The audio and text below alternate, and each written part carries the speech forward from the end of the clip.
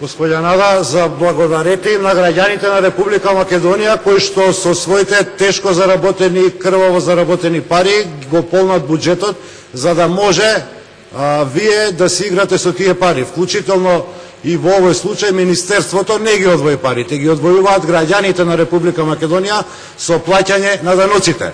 Вие само во буџетот ги менаџирате тие пари, со погрешни приоритети, на многу погрешен начин. Поентата на предлогот на овој закон, навистина е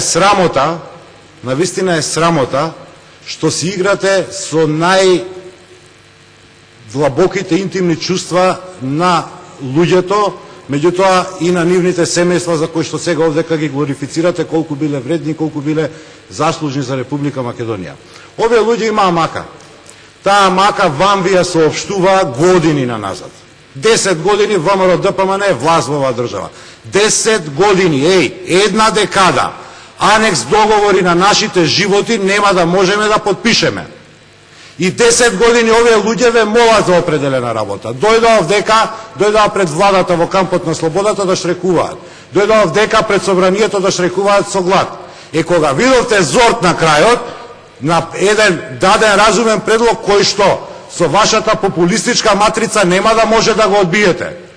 Нема да може да одбиете, бидејќи е навистина добар предлог, кој што не се брани, кој што го поднесе колешката Лилјана Поповска. Ако бевте минимум доблесни и искрени во вашата желба и намера навистина да помогнеме на овие луѓе, требаше да се приклучите на тој предлог.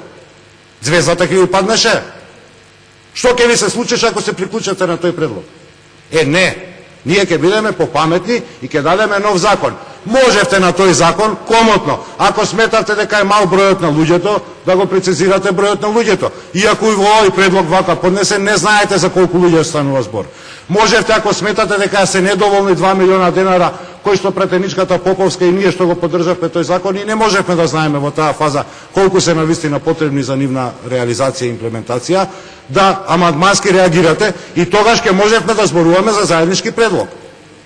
Овдека зборуваме за предлог на опозицијата, кој што, злоупотребувајќи ја процедурата во собрание, владеачкото мнозинство злонамерно ја злоупотреби со цел да прикаже дека се грижи за граѓаните. Гајле ви е за граѓаните вас. Вас само што ви интересира се изборите следни и да можете тие луѓе да ги ставате повторно на некакви списоци.